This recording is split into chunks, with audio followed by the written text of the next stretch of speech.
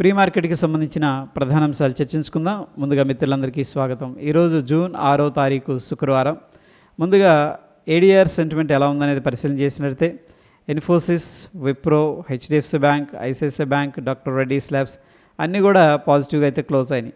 ముఖ్యంగా doctor Reddy's labs అయితే 5% పైన పాజిటివ్గా అయితే క్లోజ్ అయింది. సో ఇది గుడ్ అని చెప్పేసి చెప్పుకోవచ్చు. ఏడీఆర్స్ నుంచి మనకి కొద్దిగా పాజిటివ్ సెంటిమెంట్ అనేది కనిపిస్తూ ఉంది.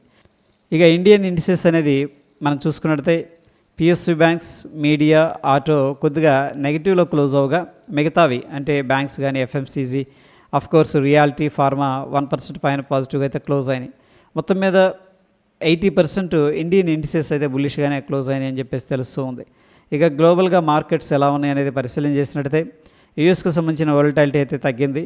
దాని తర్వాత యూరోప్ అండ్ జర్మన్ ప్రస్తుతం అంటే నెగిటివ్గా ట్రేడ్ అవగా చైనా వచ్చేసరికి ఫ్లాట్గా ఉంది.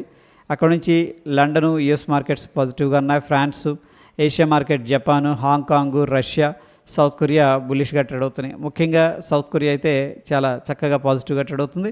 గ్లోబల్గా మనం అర్థం చేసుకున్నట్టయితే మిక్స్డ్ కాంటెక్స్ట్ అనేది కనిపిస్తుంది. ఇక యూఎస్కు సంబంధించిన టాప్ 30 కంపెనీస్ ఏ విధంగా క్లోజ్ అయినాయి అనేది మనం పరిశీలన చేసినట్టయితే నిన్నటి రోజున Procter and Gamble, United Health, Boeing అనేది టాప్ లూజర్స్ లిస్ట్లో ఉండగా టాప్ గెయినర్స్లో సేల్స్ ఫోర్స్, గోల్డ్మెన్ సాక్స్, మైక్రోసాఫ్ట్, ఐబిఎం అనేది కనిపిస్తూ ఉన్నాయి. ఎనీహౌ నిన్నటి రోజున యూఎస్ మార్కెట్స్లో కొద్దిగా సెల్లింగ్ ప్రెషర్ ఉందంటూ మనకు క్లియర్గా తెలుస్తూ ఉంది. ఇక ఎకనామిక్ క్యాలెండర్ గ్లోబల్గా మనం అబ్జర్వ్ చేసినట్టయితే సో ఇనీషియల్ జాబ్లెస్ క్లెయిమ్స్ అంటే మొట్టమొదటిసారి నిరుద్యోగ భృతికి అప్లై చేసుకునే వారి సంఖ్య పెరిగిందనమాట. సో అందుకని ఇక్కడ నెగిటివ్గా చూపించింది రెడ్లో. ఇక ఇది వెరీ ఇంపార్టెంట్ డేటా. ఈరోజు విషయానికి వచ్చేసరికి సాయంత్రం 6 గంటలకి మనకి యావరేజ్ అవర్లీ ఎర్నింగ్స్ అంటే గంటకి ఎంత సంపాదిస్తున్నారు, non farm payrolls data and unemployment rate ఏ విధంగా ఉంది అనేది రావడం జరుగుతుంది. ఇది కూడా వెరీ ఇంపార్టెంట్ డేటా. ఇక ఇండియాకి సంబంధించిన మేజర్ ఈవెంట్ అయితే ఈరోజు కనిపిస్తూ ఉంది. ముఖ్యంగా 10 గంటలకి reserve bank of India RBI వడ్డీ రేటుకి సంబంధించిన డెసిషన్ అనేది తీసుకుంటుంది. ప్రీవియస్గా 6% ఉండేది, అందరూ కూడా 25 బేసిస్ పాయింట్ తగ్గిస్తుంది అని ఎక్స్పెక్ట్ చేస్తున్నారు. అయితే కొంతమంది ఏంటంటే అంటే వెరీ తక్కువ మంది 50 బేసిస్ పాయింట్స్ కూడా రేట్ కట్ ఉంటుందని చెప్పేసి ఎక్స్పెక్ట్ చేస్తూ ఉన్నారు. ఇక ఫ్రెండ్స్, ఒకవేళ రేట్ కట్ అనేది జరిగిందనుకోండి, ముఖ్యంగా ఏంటంటే మనకి రియాలిటీ సెక్టారు పాజిటివ్గా ఉండే అవకాశం ఉంది. దాని తర్వాత కన్సంప్షన్ సెక్టార్ కూడా పాజిటివ్గా ఉండటానికైతే పాజిటివ్గా ఉంది. ఎందుకంటే రియాలిటీ సెక్టరు చాలా కేస్ సెన్సిటివ్ అనమాట. వడ్డీకి సంబంధించింది. వడ్డీలు తగ్గినాయి అనుకోండి, రుణాలు ఈజీగా వస్తాయి, అందు డిమాండ్ అనేది క్రియేట్ అవుతుంది.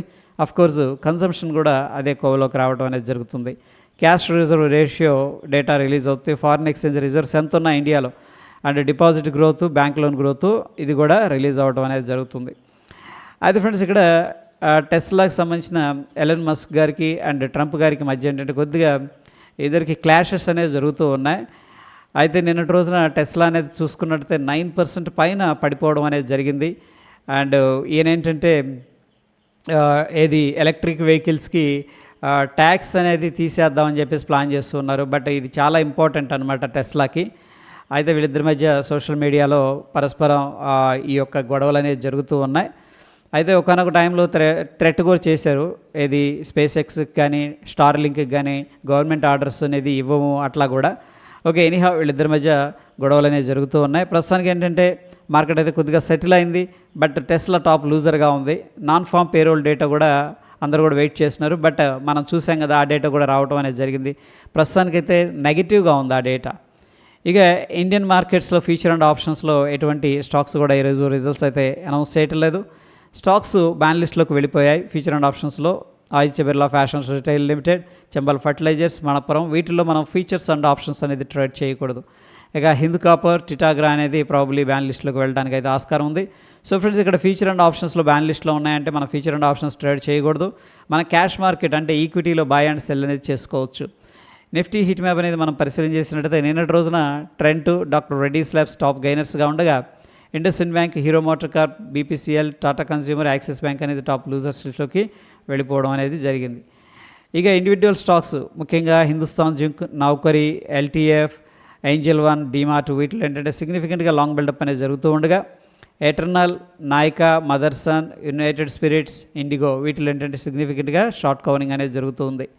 ఇక హుడ్కో, Bank Baroda, TVS Motor, Phoenix Mills and Biocon వీటిలో ఏంటంటే సిగ్నిఫికెంట్ షార్ట్ బిల్డప్ అనేది చూపిస్తూ ఉంది. ఇక ఎటువంటి స్టాక్లో కూడా లాంగ్ అన్వైండింగ్ అనేది కనిపించట్లేదు.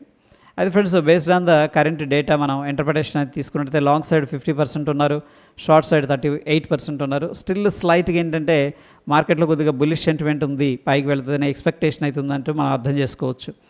ఇక నిఫ్టీ ఫ్యూచర్ అనేది మనం అబ్జర్వ్ చేసినట్టయితే నిన్నటి రోజున మనకి స్లైట్గా గ్రీన్ క్యాండిల్ ఫార్మేషన్ అయితే జరిగింది. అది ఫ్రెండ్స్ ఇక్కడ మనకి ఏమి అడ్వైస్ చేస్తుందంటే లాంగ్ బిల్డప్ అనేది చూపిస్తుంది, అంటే ఇంకా ఫర్దర్గా 5కి వెళ్తుంది అనే ఎక్స్పెక్టేషన్ అయితే పార్టిసిపెంట్స్లో ఉందని చెప్పేసి అర్థం చేసుకోవచ్చు. ఈరోజు ఎటువంటి ఎక్స్పైరీ అయితే లేదు. పార్టిసిపెంట్ వాయిస్ డేటా అనేది మనం పరిశీలన చేసినట్టయితే ముఖ్యంగా ఎఫ్ఐఎస్ అయితే ఇండెక్స్ ఫీచర్స్ హెవీగా షార్ట్ చేస్తున్నారు, ఇండెక్స్ ఆప్షన్స్లో కూడా బేరిష్గా ఉన్నారు, స్టాక్స్లో కూడా బేరిష్గా ఉన్నారు. సో మొత్తం మీద అన్నింటిలో కూడా ఎఫ్ఐఎస్ బేరిష్గా ఉన్నట్టు తెలుస్తుంది. ఇక ప్రొప్రైటరీ అయితే ఇండెక్స్ ఆప్షన్స్లో స్లైట్గా బేరిష్గా ఉన్నారు, మిగతా వాటిలో పెద్దగా యాక్టివ్గా లేరు. క్లయింట్ వచ్చేసరికి ఇండెక్స్ ఫీచర్స్ని బై చేశారు, స్టాక్ ఫీచర్స్ని కూడా బై చేసినట్టు తెలుస్తుంది. ఇక డిఐఎస్ విషయానికి వచ్చేసరికి స్టాక్ ఫీచర్స్ని సెల్ చేస్తున్నారు, ఓకే, స్టాక్స్నేమో బై చేస్తున్నారు. సో ప్రాబ్లీ మనకి ఏమర్థమవుతుందంటే డిఐఎస్ హెడ్జింగ్ చేస్తున్నారని అర్థమవుతుంది. అయితే మొత్తం మీద ఎఫ్ఐఎస్ 208 కోట్లు క్యాష్ మార్కెట్లో సెల్ చేసినట్టు తెలుస్తుంది. డిఐఎస్ ఏమో 2382 కోట్లు క్యాష్ మార్కెట్లో బై చేసినట్టు తెలుస్తుంది. ఇండియా విక్స్ అనేది పరిశీలన చేసినట్టయితే 4.21% డ్రాప్ అయింది.